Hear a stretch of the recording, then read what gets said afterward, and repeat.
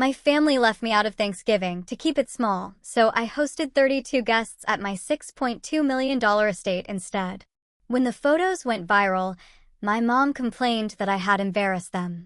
That single text message hit me like a physical punch to the gut, but it wasn't just the words. "This year it's just Melissa's family. Hope you understand." It was the echo of a lifetime of being second best. And in that moment, something inside me finally snapped. I stared at my phone, willing the words to rearrange themselves, to become less painful. They didn't. The crisp November sunlight streamed through the floor-to-ceiling windows of my Boston condo, glinting off the crystal vase I'd just splurged on. Outside, sailboats dotted the harbor, their white sails bright against the deep blue. Everything in this space, everything I'd built, screamed success. The minimalist furniture in soft whites and grays, the original artwork, the uncluttered surfaces.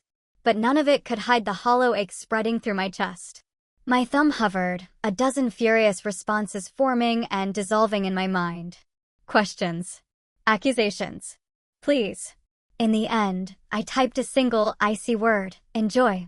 I set the phone down carefully on the cold marble countertop, pressing my palms flat against the cool surface. My reflection in the polished granite showed a woman composed, successful, completely unfazed.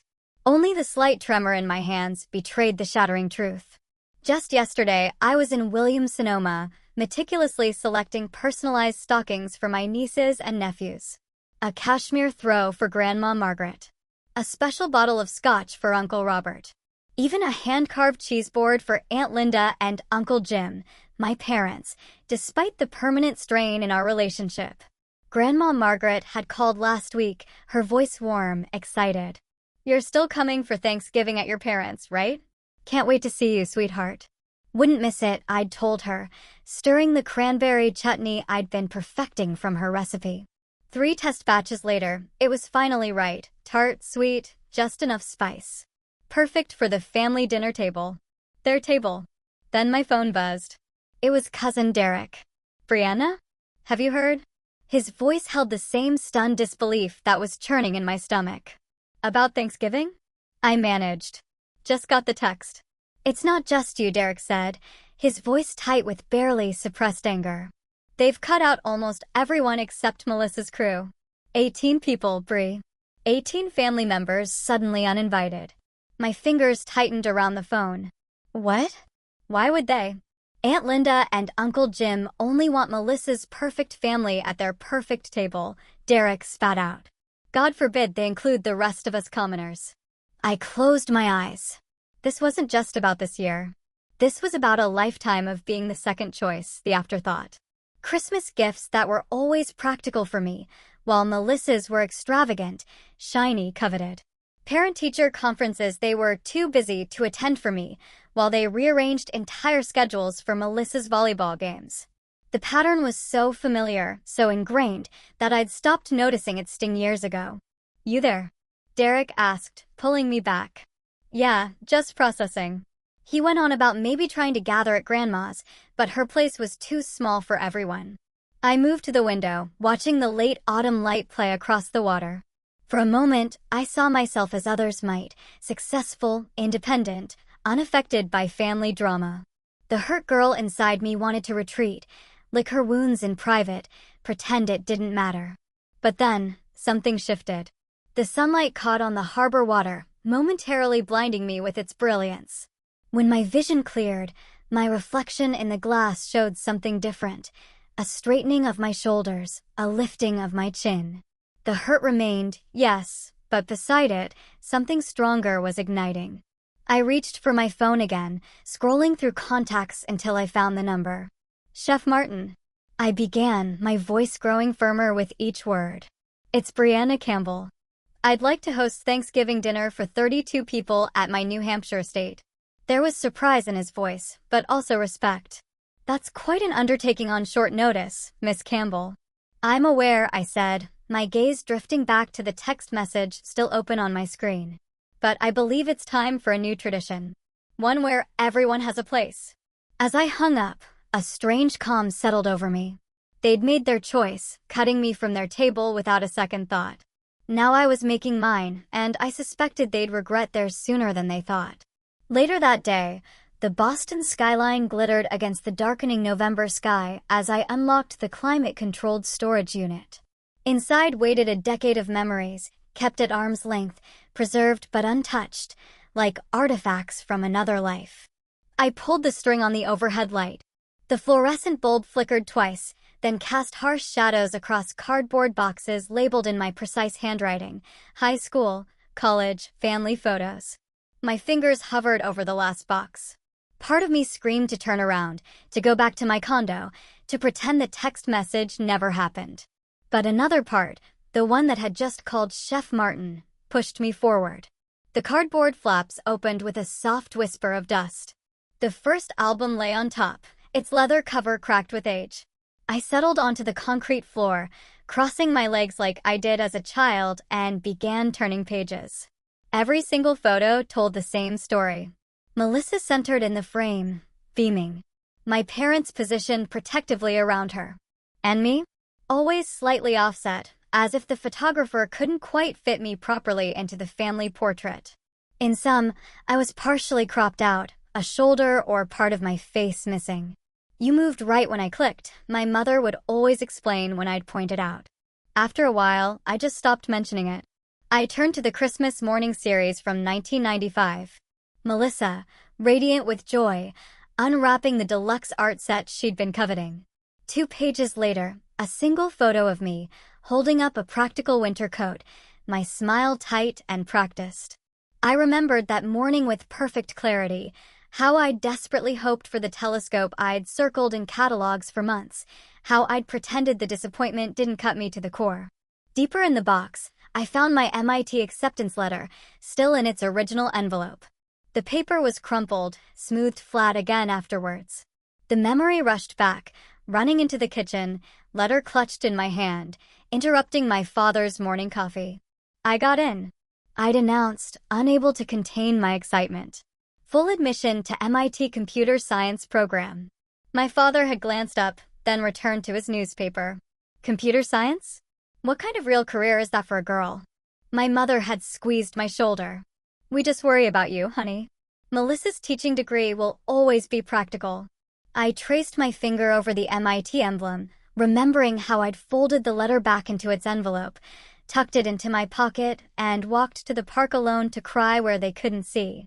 Next came a stack of pay stubs from the 3 jobs I worked through college: campus cafeteria mornings, library afternoons, coding freelance into the night.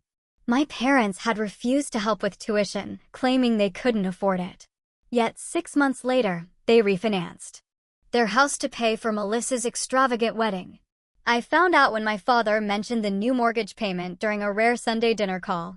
"Worth every penny," he'd said proudly. Every father dreams of giving his daughter her perfect day. I was their daughter, too.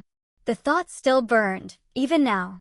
A wrinkled bank loan application emerged from between faded notebooks, my sophomore year, a desperate attempt to secure financing when scholarship funds fell short. The loan officer had been apologetic. "Without a cosigner with stronger credit, I just can't approve this amount." When I'd asked my parents, my mother had clicked her tongue against her teeth. "Borrowing money is irresponsible, Brianna. Maybe you should take a semester off. Work more hours." I never took a semester off. I just worked until exhaustion became my normal state. My phone buzzed, startling me. Grandma Margaret's name flashed on the screen. "I just heard," she said when I answered, her voice tight with anger. "Linda told me they're keeping Thanksgiving small this year. What she didn't say was that they're cutting out half the family to do it." "It's fine," I said automatically, the response worn smooth through years of use. "It is not fine," Grandma Margaret snapped.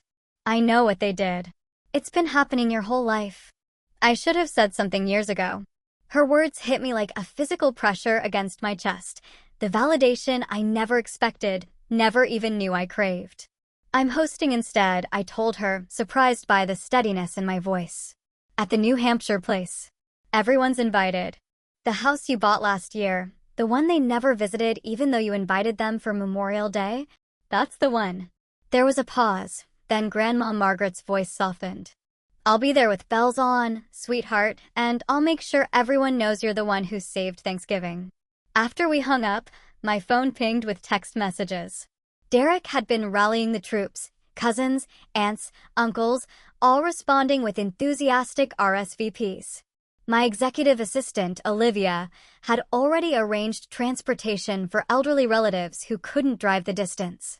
Chef Martin had sent a proposed menu that honored our family traditions while elevating them to something truly special. I packed the memories away, sealing the box with more care than it probably deserved. Tomorrow, I'd drive to New Hampshire to prepare the house. The next day, the winding driveway to my estate was lined with ancient maples, their branches now bare against the gray November sky. The colonial revival mansion appeared around the final curve, white columns standing sentinel against weathered brick, windows gleaming like watchful eyes. $6.2 million. The number had barely registered when I signed the papers last year. Just another transaction, another investment. I never thought I'd actually live in it, let alone use it as a home. Alan, the caretaker, met me at the front door. His weathered face creased with a smile. Good timing, Miss Campbell. Weather service is predicting snow next week. I've checked the generator twice, just to be safe. Thank you, Alan. We'll have about 30 guests for Thanksgiving. If he was surprised, he didn't show it. I'll make sure everything's in order. When will you need the rooms prepared? I'll handle the guest rooms personally, I told him. Later, I stood in the first guest bedroom, smoothing fine cotton sheets across a four-poster bed. For Grandma Margaret, the softest pillows I could find, and a small vase of dried lavender by the bedside, her favorite. For Uncle Robert and Aunt Sarah, matching quilts I'd commissioned from an artisan in Vermont. For the children, baskets of toys and books selected for each age group. I unwrapped a small package, 32 personalized place cards for the dining table, each hand-calligraphed. I ran my finger over the raised ink of my own name, wondering where I would have been seated at my parents' table. Probably the far end, if I had been seated at all. Standing in the grand dining room with its 15-foot ceiling and wall of windows overlooking the property's pond, I imagined voices filling the space. Laughter. Conversation. The clatter of silverware against china. A question surfaced, unwanted. Am I doing this out of love or revenge? Both, probably. The thought should have troubled me more than it did. I placed my own card at the head of the table and stepped back, surveying the room. For a moment, I saw it through my mother's eyes. The tasteful luxury, the understated wealth, the careful planning. Let them see what their second-best daughter has built. Let them wonder what else they missed while they were busy looking the other way. I glanced at my phone for the 5th time in an hour. My mother's latest text glowed accusingly on the screen. You're embarrassing the family with this spectacle. People are talking. The irony nearly made me laugh out loud. After excluding me from their table without a second thought, now they worried about appearances. I set my phone down next to the hand-carved place cards I'd been labeling for each guest. Alan appeared in the doorway of the dining room. His weathered face carried concern beneath his usual stoic expression. Miss Campbell, Weather Service is reporting a possible storm system moving in this afternoon. How severe? I asked, continuing to arrange the place settings. Enough to worry about. I've checked the generator twice, but with 30-some people here. He left the rest unsaid. I nodded, making a mental note to have extra blankets placed in each room. Thank you, Alan. Let's hope it passes us by. When he left, I opened my social media app, against my better judgment. Melissa's latest post appeared at the top of my feed, so blessed to celebrate with true family this year. The ones who matter most. Real Thanksgiving. Family first. The comments overflowed with heart emojis from her in-laws and neighborhood friends. None mentioned the 18 family members suddenly deemed unworthy of inclusion. My voicemail icon blinked. My father's voice filled my ear, the familiar condescending tone that always made me feel small. Brianna, your mother, and I think you're being dramatic. If you wanted to host your own dinner, you could have discussed it with us instead of 27. I deleted the message before he could finish. The same father who forgot to attend my college graduation didn't get to lecture me on family communication. Derek called minutes later, voice tight. You should know, they're calling everyone, trying to convince people not to come to your place. saying you're just showing off. Are people canceling? I asked, sudden dread clutching at my throat. The opposite. Everyone's more determined than ever. Grandma Margaret told Aunt Linda to pound sand. The mental image of my 82-year-old grandmother using those exact words brought the first genuine smile to my face in days. I wandered into my home office, fingers trailing along the polished mahogany desk. 5 years ago, this space was a tiny corner in my studio apartment, barely enough room for a laptop and a cup of coffee. I worked 16-hour days building CyberCore's security protocol, while everyone from venture capitalists to my own father told me I was wasting my time. The cybersecurity market is saturated, he'd said when I tried explaining my business model over Christmas dinner. You should get a real job before you end up bankrupt. He'd then turned to Melissa, proudly announcing her promotion to assistant manager at the department store where she'd worked part-time for 3 months. I remembered the night everything changed. 3 years into building the company, surviving on ramen and pure determination, my phone rang at 2 a.m.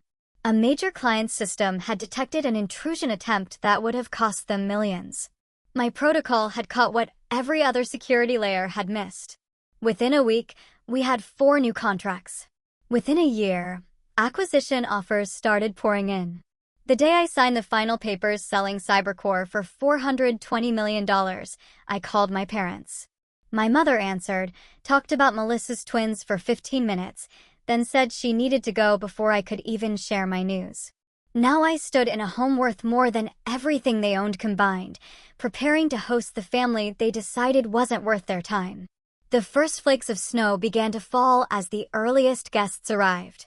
Cousin Rachel and her husband pulled up in their sensible sedan, 3 children tumbling out with shouts of excitement at the sight of the estate. Is this a castle?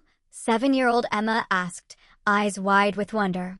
Just a very big house, I told her, kneeling to her level despite my designer dress.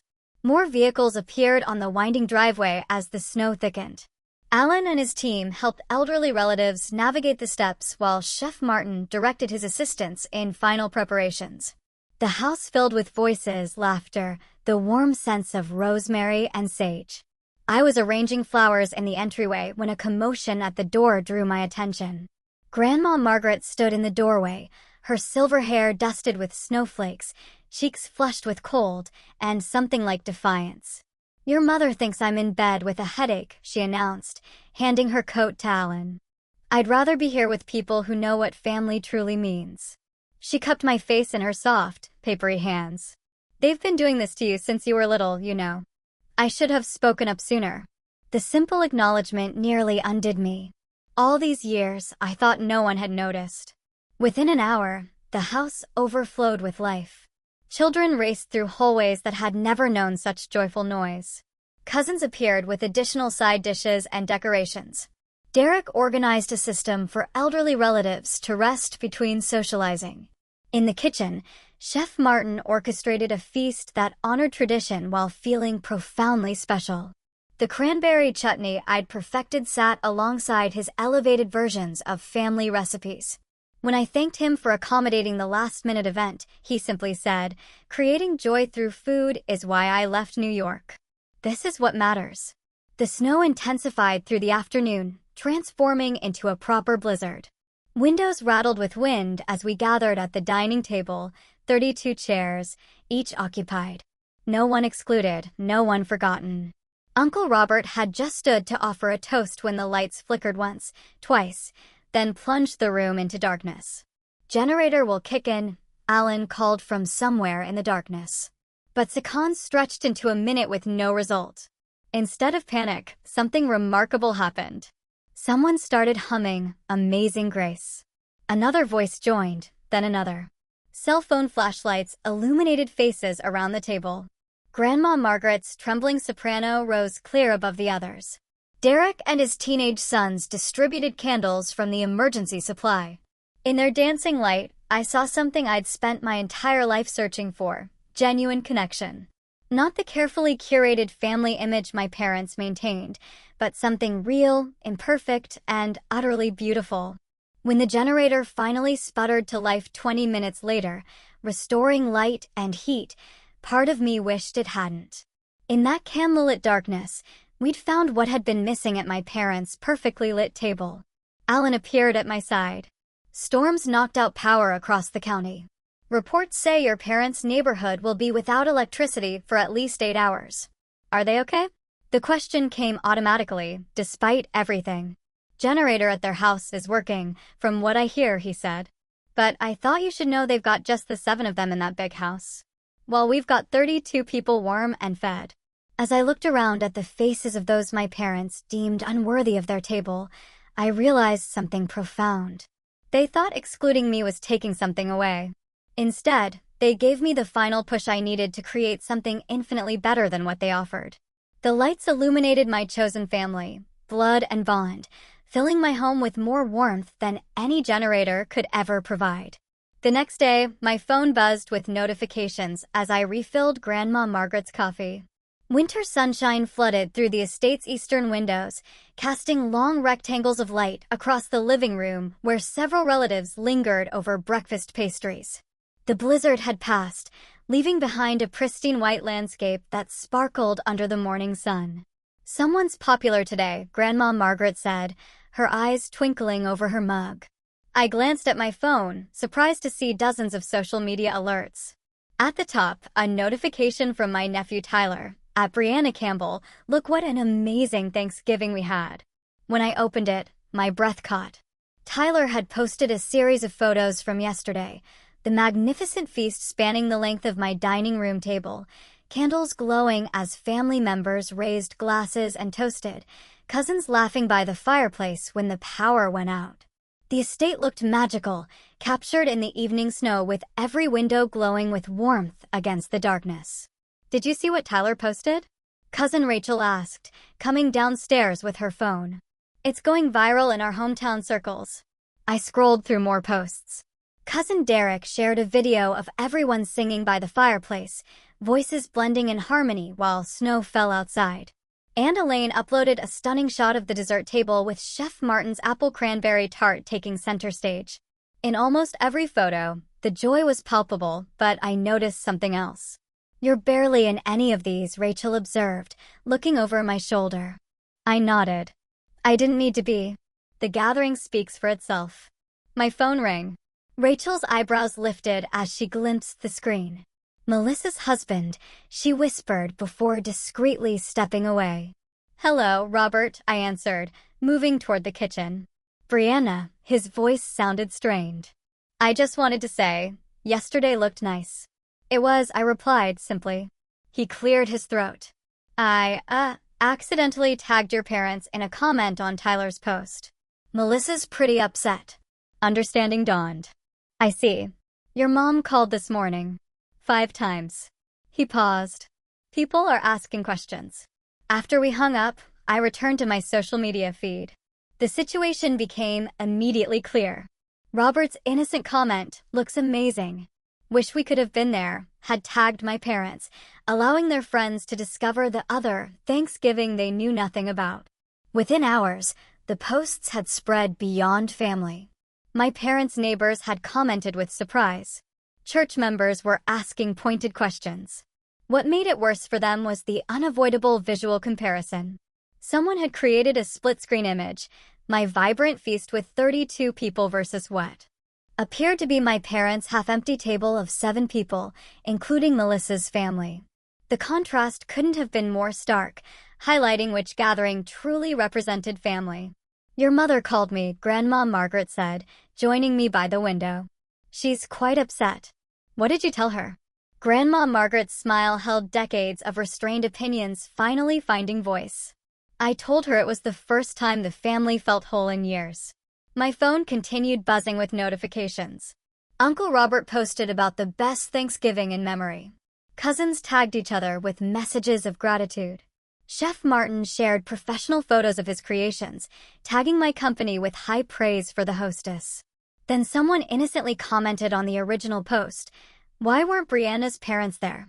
Seems strange they'd miss such an amazing family gathering." The question hung in digital space, unanswered. By noon, my parents started calling. I let it go to voicemail 3 times before finally answering. "How could you do this to us?" My mother's voice quivered with anger, not remorse. Do what exactly? I kept my tone neutral, watching snowflakes begin to fall again outside. Throw some extravagant party just to make us look bad? You're just showing off your money. The accusation would have stung a year ago. Now, I simply observed the feeling pass through me without taking hold. I only said another table because you told me I wasn't invited to yours. You know that wasn't. She stopped abruptly as my father's voice rumbled in the background. Put him on speaker, I suggested. There was a fumbling sound, then my father's voice. Brianna, this has gotten out of hand. Maybe we should discuss this in person. We can discuss whatever you'd like, I replied. But first, I want to clarify something. 2 months ago, at Melissa's birthday dinner, I mentioned selling my company. No one asked a single question. No one seemed to hear me at all. Silence stretched between us. I sold CyberCore for $420 million, Dad. But when I mentioned it, no one listened. I heard his sharp intake of breath, then stammering. I didn't realize. I know, I said quietly. You never have. As I ended the call, Derek appeared with a fresh pot of coffee. Everything okay? I looked around at the remaining family members in my home, people who chose to stay an extra day, who helped clean up without being asked, who treated my home with respect and me with genuine interest. Actually, I said with unexpected lightness, I think it finally is. For the first time in my life, I didn't need my parents' table. I'd built something better. The doorbell's unexpected chime cut through my Sunday morning quiet.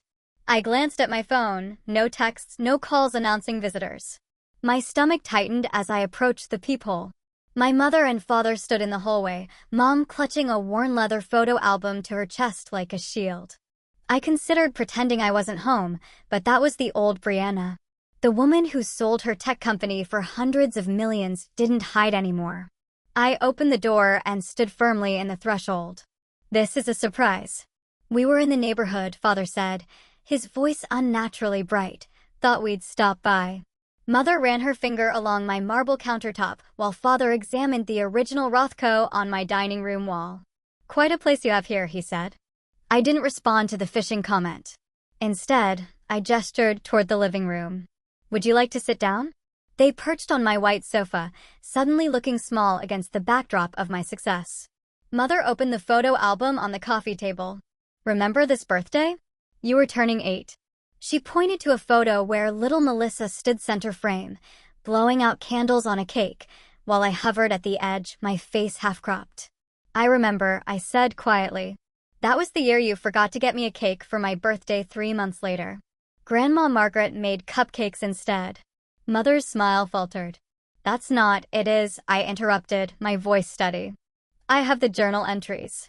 I walked to my office and returned with a storage box. The label read simply, evidence. I'd been collecting it for years, not for this confrontation, but for my own sanity, to confirm I wasn't imagining the pattern. What's all this? Father asked, his forehead creasing. Documentation. I sat across from them and began removing items methodically. My MIT acceptance letter. I placed the crumpled paper on the table. You never came to the ceremony. Melissa's volleyball tournament was that weekend. Mother shifted uncomfortably. That was important to her career. My bank statements from college. I set down a folder. 3 jobs to cover tuition after you refused to co-sign my student loans. We couldn't afford to take on more debt then, Father protested. The same year you refinanced the house for Melissa's wedding. I kept my voice factual, not accusatory. The therapist I've been seeing for 4 years taught me that. Their eyes darted to each other. A silent conversation I'd witnessed my entire life. The quick assessment of what story to tell, what excuse to offer. Brianna, Father leaned forward, hands clasped. We should start fresh. The past is the past. We're family, Mother added, reaching for my hand. I didn't extend mine. Father cleared his throat. Actually, we've been talking. We know you've done well for yourself now. His voice dropped to what he probably thought was a confidential tone. If you ever need any financial advice, I have a friend who specializes in high-net-worth individuals. There it was. The real reason for their visit. I have a team of financial advisors, but thank you. I folded my hands in my lap. I don't need your approval anymore, but I do require your respect. Mother's face flushed. We've always respected you. I pulled out a small journal with a faded unicorn cover. August 12, 1998. Mom said my science fair project was showing off. Melissa got a new dress for looking pretty at picture day. I flipped pages. November 30th, 2001. Dad laughed when I said I wanted to learn programming. Said computers are for boys who can't play sports. The silence that followed felt weighted with 3 decades of small cruelties. My phone rang, startling all of us. Melissa's name flashed on the screen. The timing was so perfect it almost seemed staged, though I knew it wasn't. "It's your sister," I said, answering and putting it on speaker without warning. "Hi, Melissa. I'm with Mom and Dad right now." A pause. "Oh, they're there." Her voice sounded strange, hesitant. "They brought photo albums." I kept my tone neutral. "Brianna," Melissa said suddenly, "I need to tell you something. I've been thinking since Thanksgiving." She took an audible breath. "I've always been jealous. You're smarter, braver, freer." Being the perfect daughter was just how I hid my fear of losing. My mother's gasp was sharp, her hand covering her mouth. "What are you talking about?" Father demanded, leaning toward the phone. "You know exactly what I'm talking about," Melissa said, her voice gaining strength. "You've pitted us against each other our whole lives. I got attention for being compliant. Brianna got punishment for being exceptional." The doorbell rang again. This time, I knew who it was before opening the door. Grandma Margaret stood in the hallway, her silver hair swept into its usual neat bun, her eyes clear with purpose. "I followed them," she said without preamble, walking past me. She stopped when she saw my parents on the sofa, the evidence box between them. "Good. You're finally having this conversation." "Mother, this isn't your concern," my mother started. "I've watched this happen for decades, and I won't be silent anymore." Grandma's voice carried the quiet authority of someone who had chosen her moment carefully. "Every time Brianna achieved something extraordinary, you found a way to diminish it. Every time she needed support, you were conspicuously absent. Consider. We gave both our daughters everything." Father protested, standing. "No," 3 voices said in unison, mine, Grandma's, and Melissa's over the phone. I watched as something finally broke in my mother's carefully maintained facade. Her shoulders slumped, and tears, not the manipulative ones I'd seen before when she wanted something, but real tears, slid down her cheeks. "I didn't realize," she whispered. "I didn't see." It wasn't an apology, not yet, but it was the first crack in a wall that had stood between us my entire life. I didn't rush to comfort her. That girl was gone. Instead, I sat tall, surrounded by my chosen support system. Grandma physically present, Melissa surprisingly allied from afar. "Now you do," I said simply. "So, what happens next is your choice." Snow drifted against the windows of my New Hampshire estate, transforming the landscape into a winter wonderland. Christmas lights twinkled along the eaves, reflecting off the pristine white blanket covering the 40 acres. Inside, fires crackled in 3 different hearths, while the scent of pine and cinnamon filled the air. A month had passed since Thanksgiving. A month of cautious text messages, tentative phone calls, and 1 tearful coffee with my sister. Now I watched through the bay window as 2 cars pulled into the circular drive. My parents emerged from one, their movements hesitant. Melissa's family spilled from the other, her husband Tom wrangling their 3 children as they dashed toward the front door. My fingers tightened around my coffee mug. "They're here." When the doorbell chimed, I opened it myself rather than letting Alan handle it. My mother stood with a foil-covered dish, her eyes widening as she took in the grand foyer with its soaring ceiling and magnificent spiral staircase. "Welcome," I said, stepping back to let them in. The children barreled past, squealing at the 15-foot Christmas tree dominating the great room. We brought sweet potato casserole. Mom offered the dish like a peace offering. I took it with a smile that felt only slightly forced. "Perfect. The kitchen's this way." Conversation started awkwardly, but gradually thawed as everyone settled in. The children's laughter echoed through rooms that once stood silent, filling uncomfortable pauses with their innocent joy. Later, I found myself alone in the kitchen with Mom, unpacking serving dishes. Without asking, she rolled up her sleeves and began arranging appetizers on platters, working alongside me rather than directing my every move. "Your home is beautiful," she said quietly. "I never really understood what you built for yourself." I glanced up, meeting her eyes. "Thank you for coming." In the dining room, Chef Martin had outdone himself. The long mahogany table stretched beneath crystal chandeliers, each place setting personalized. No one sat at the head. The circular arrangement ensured everyone occupied equal space. Dad paused before taking his seat, surveying the gathered family. "Before we eat, I'd like to say something." He cleared his throat. "To learning from our mistakes." Glasses rose amid murmured agreement. When I looked up, I found Mom's hand resting lightly on my shoulder, a touch so tentative it might float away. After dinner, Melissa found me by the Christmas tree, its lights casting colorful shadows across our faces. "Thank you," she whispered, "for giving the kids their whole family." My phone buzzed with a text from Derek. "Proud of you for giving them a second chance." I smiled, glancing around the room. Chef Martin chatted with my uncles while Alan, no longer just the caretaker, but part of our circle, helped Grandma Margaret with her dessert plate. Even the staff I'd insisted join us rather than work alone on Christmas mingled comfortably with relatives. When glasses were raised for one final toast, Mom stood. Her voice wavered, but grew stronger with each word. "To new beginnings, and to our extraordinary daughter." Later, as snow fell softly outside, I stood in the doorway watching my now complete family. Children dozed on laps, adults shared stories, and laughter rippled through the room. The truth settled in my heart like a warm ember. Family isn't just blood. It's the people who truly value you, who see you. Being excluded from their table allowed me to create my own, a place where everyone is respected, truly seen, and unconditionally welcomed. Next Thanksgiving, I'll make it even larger. Everyone deserves a place.